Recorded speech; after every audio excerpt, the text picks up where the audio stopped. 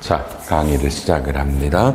이 강의는 IFRS 재무회계 실무 중급 과정이에요. 이 책으로 갑니다. 조세통 남사가 출간된 책이고요. 가끔이 아니라 많은 분들이 수업을 들으면서 책을 안 사세요. 그건 여러분 자유인데 제 생각엔 책 없이 이 수업 내용만 듣는다. 좀 그러네요. 책이 있으셔야 복습을 하죠. 숙제를 하죠. 그렇죠? 그래서 책을 꼭 갖고 이 수업을 들으시면 좋겠고요. 먼저 이 수업이 무슨 내용인지를 설명을 하는 게 맞겠죠, 여러분요? 자, 칠판 잠깐 보시죠. 이 IFRS라는 국제회계 기준, 이게 어렵죠. 이따 설명하지만 우리나라에 도입된 게 2011년에 도입이 됐어요. 여러분 2011년에 여러분은 뭐 하고 계셨어요? 몇 살이셨어요?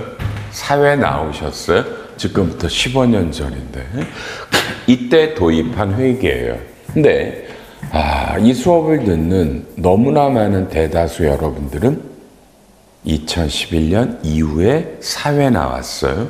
그러니까 여러분은 회사에 들어올 때 이미 IFRS를 했었어요. 대학교에서 회계학을 배울 때도 모르셨지만 그게 IFRS였어요. 회계학이라고 들었는데 그러니 여러분은 IFRS라는 거에 대한 개념이 잘 없어요. 그냥 회계지. 그죠? 그리고 시간이 흘러요. 근데 이 회계는 너무너무 어려워요. 너무너무 어려워요. 근데 여러분의 대다수는 대학교 때 회계 원리를 한번 배웠어요. 한 학기짜리로. 말해보세요. 회계 원리를 배워놓고, 그렇죠? 몇 페이지나 배우셨어요? 한 학기 동안에. 대부분은 중급회계도 안 들어요. 중급회계 들어봐야 중급회계 1은 회계 원리랑 똑같은 거예요.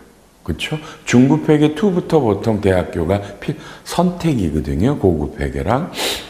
그래서 이렇게 왔기 때문에 이게 참 어렵습니다. 그죠? 근데 왜 지금까지 그냥 무난히 다니냐면 회사 들어가서 여러분에게 계정 과목이 부여돼요. 넌 판관비를 해.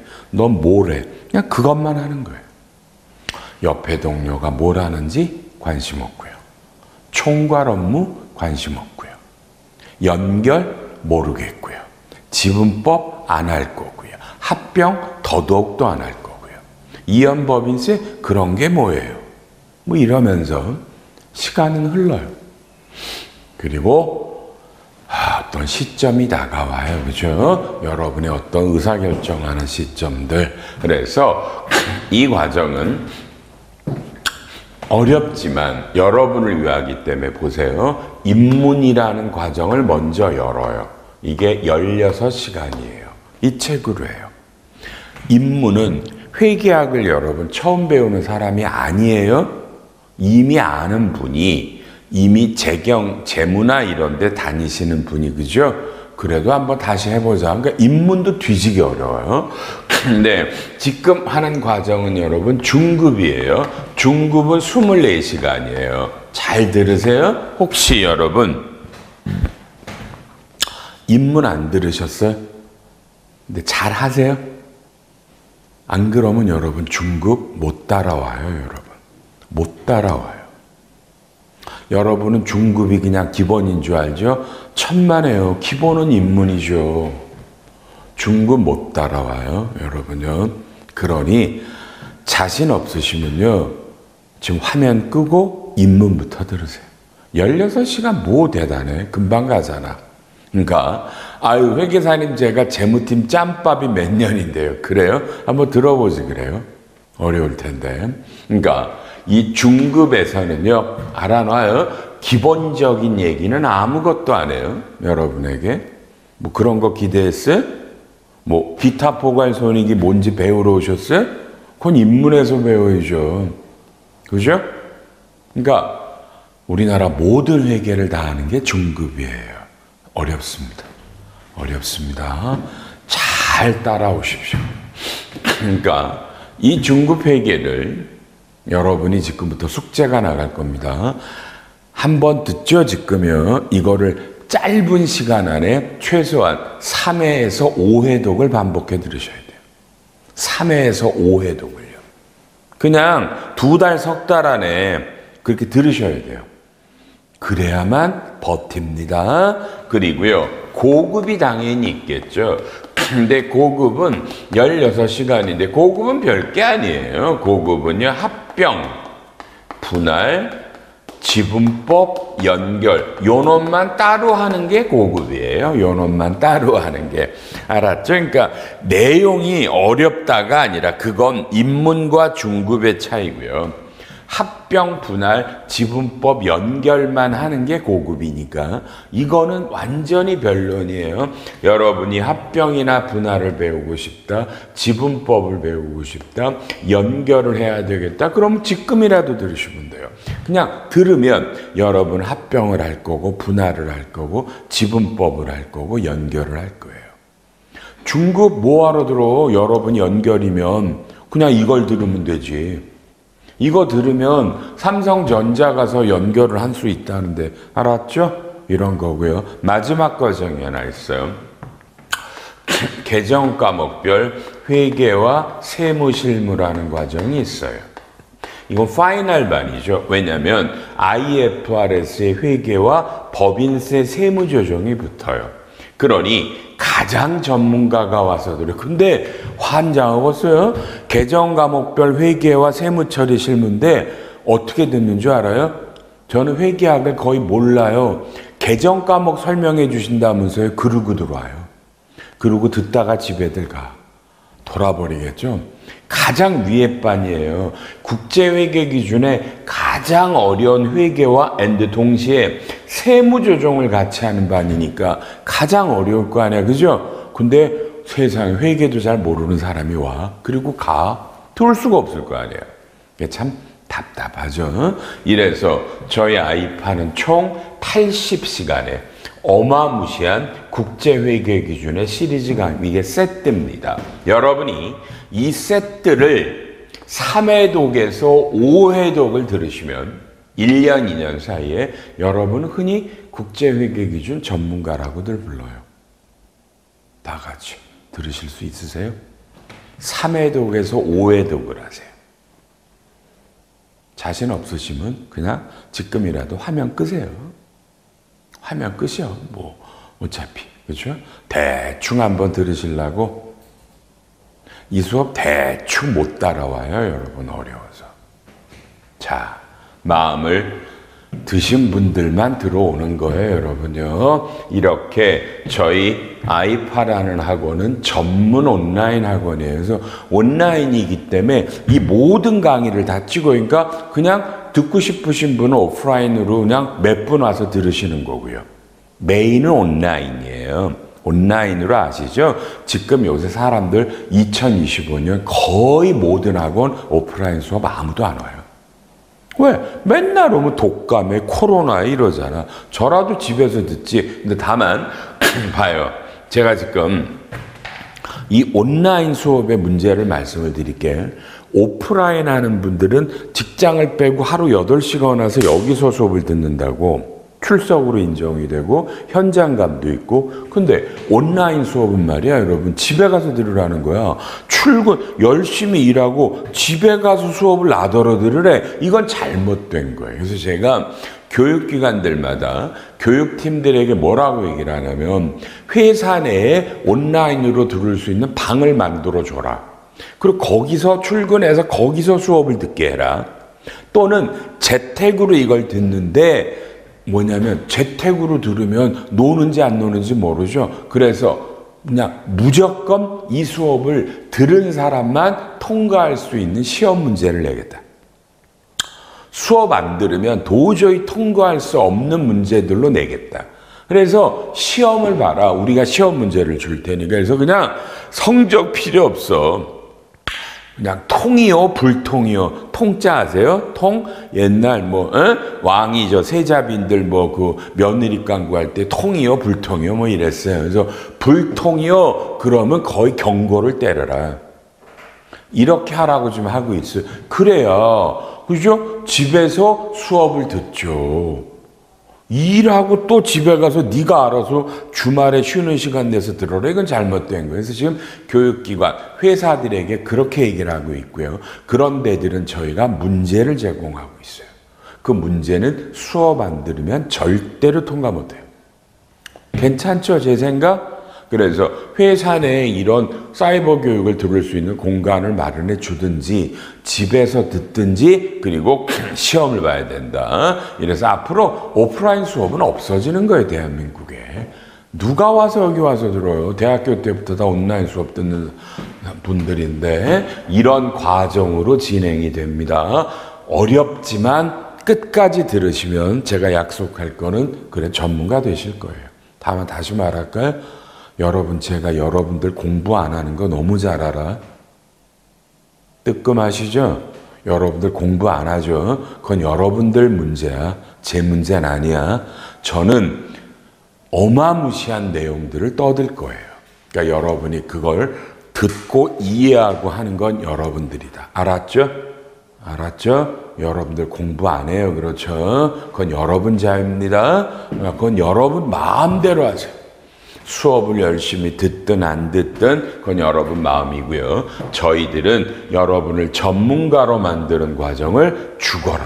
저는 개인적으로는 중급회계 과정을 제일 좋아합니다. 어렵습니다. 한번 들어보시면 좋을 것 같고요. 교과서로 갑니다. 26페이지. 26페이지. 자, 여러분. 이건 2025년에 IFRS가 개정된 게 있나요? 근데 여러분 그냥 박스만 대충 그냥 눈으로 5초만 이렇게 왼쪽 오른쪽 5초 끝 개정된 게 없는 거예요. 정말 다행스럽죠? 회계처리랑 관련된 게 바뀐 게 없어요. 잘 된 거예요. 이게 나와 있는 거는요. 그냥 주석 사항들이기 때문에 뭐 특별한 문제가 없어서 올해는 참 다행이고요. 26페이지 가운데 1번에 계약상 현금 뭐 할 때 둘째 줄에 관련 규정을 여러분 명확하라고 썼죠. 그죠? 머리에 담아 놓을래요? 명확하라는 이 용어는 개정이 아니에요. 옛날에도 그랬는데 사람들이 자꾸 헷갈려 하니까 좀 더 분명하게 써줬다. 이해하셨죠?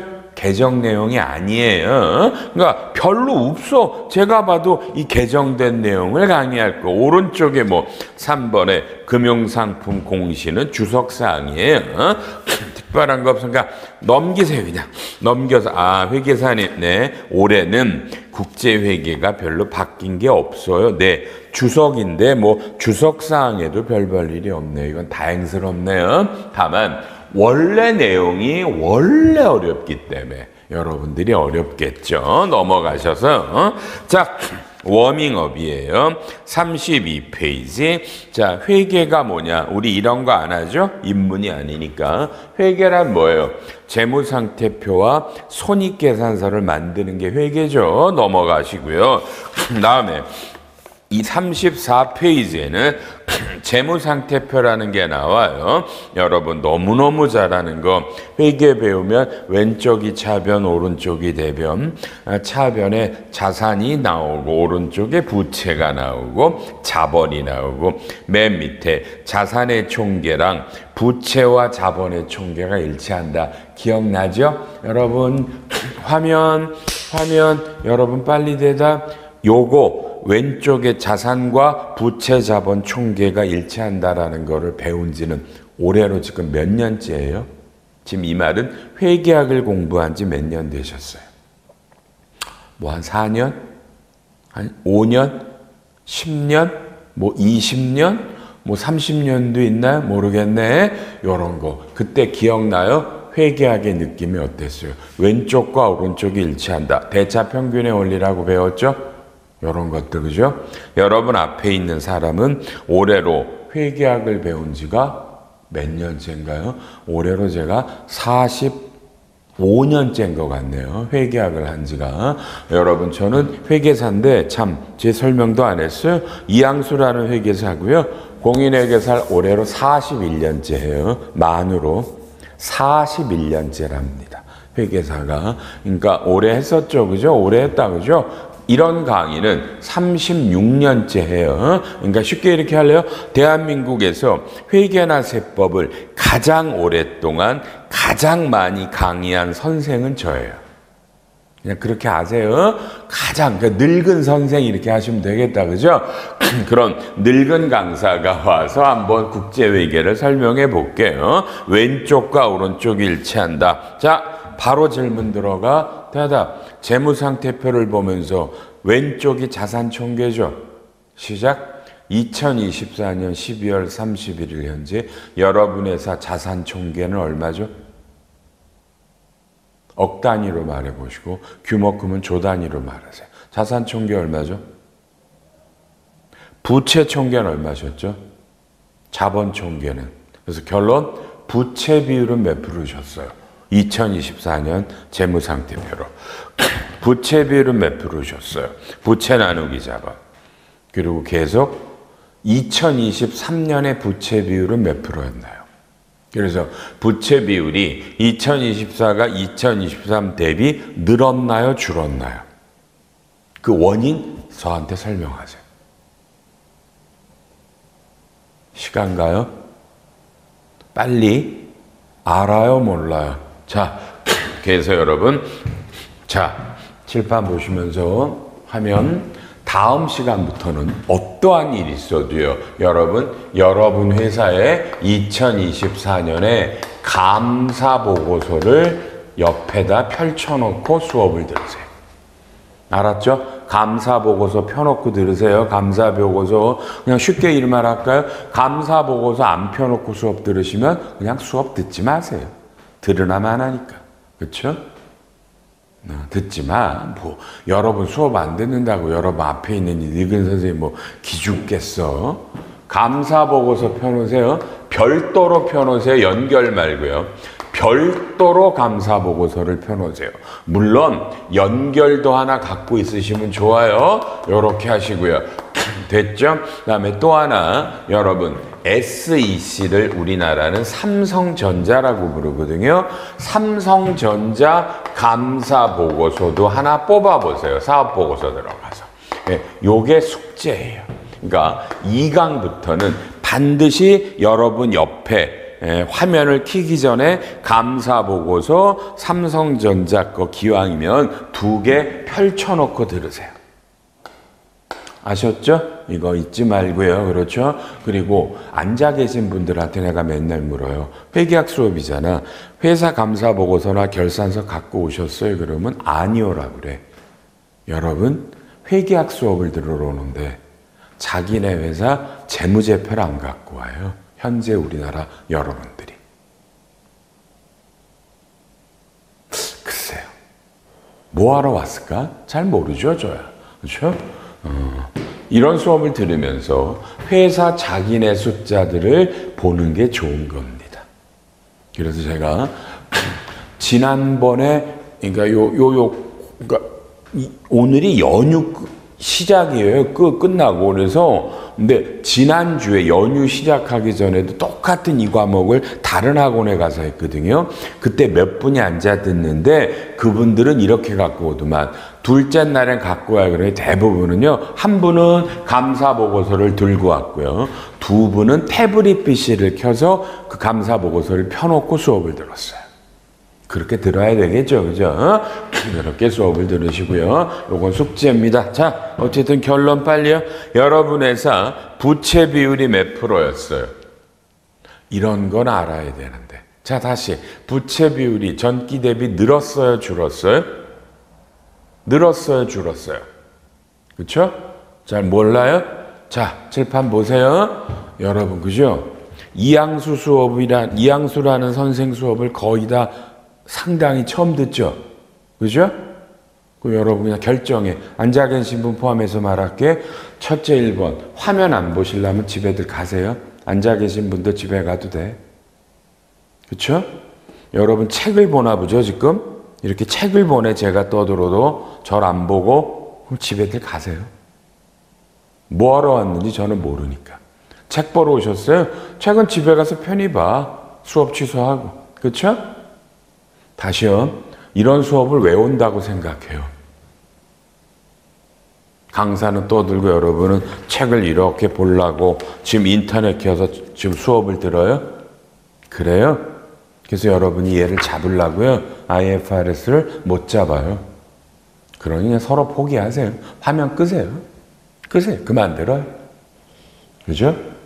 그러니까 여러분 지금 마음이 이러냐고요. 너는 떠들어. 내가 알아서 듣고 싶은 걸 들을게. 그냥 화면 보라고 자꾸 그 지랄하지 마. 지금 이렇게 하는 거죠. 그러신 분하고 저는 수업 안 해요. 그러니까 저를 믿고 제가 칠판에 쓰고 뭘 여러분에게 물어볼 때 저를 안 보고 딴짓 하시는 분은 저랑 수업하지 마. 여러분 이제껏 그런 수업을 들었죠. 대학교에서도 교수가 여러분한테 날 쳐다봐라 이런 말 안 했죠. 여러분이 대학교에서 교수들을 평가했다고 그래서 교수들이 우스웠죠. 그죠? 그건 대학교나 그렇게 하는 거예요. 우리 실무 수업은 그렇지 않아요. 아이파는. 그러니 그러신 분은 수업 들으실 필요 없어요. 제가 화면 넘어 있다고 여러분을 못 볼 줄 알아? 철저하게 화면을 보시고요. 제가 질문하면 대답하려고 노력하시고요. 그렇게 수업 들으세요. 오케이? 그러시면 싫으시면 가라니까 다들. 앉아 계신 분도 집에들 가고 화면 꺼. 여러분에게 이 수업 들으라고 애걸복걸하지 않습니다. 이항수니까. 잘 판단해. 알았나요? 어떻게 수업을 들을지를 잘 하세요. 다만 알고 가요, 여러분. 여러분들 말고 얼마나 많은 사람이 이 수업을 지금 온라인으로 듣는 줄 아세요? 그 사람들은 얼마나 열심히 듣는 줄 아세요?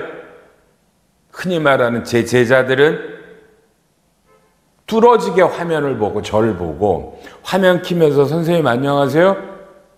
인사하고 죽어라고 숙제하고 물어보면 막 검토하고 제가 숙제라고 내면 숙제장에다 적고 이래요. 그렇죠? 그 사람들이 제 제자야. 이항수 수업 들었다고 이항수 제자가 아니거든요. 판단은 여러분이 하는 거야. 제가 지금 너무나 중요한 질문을 했죠. 재무상태표에 가장 중요한 건 부채 나누기 자본이라는 부채 비율이에요. 이게 몇 프로냐를 물었다고요.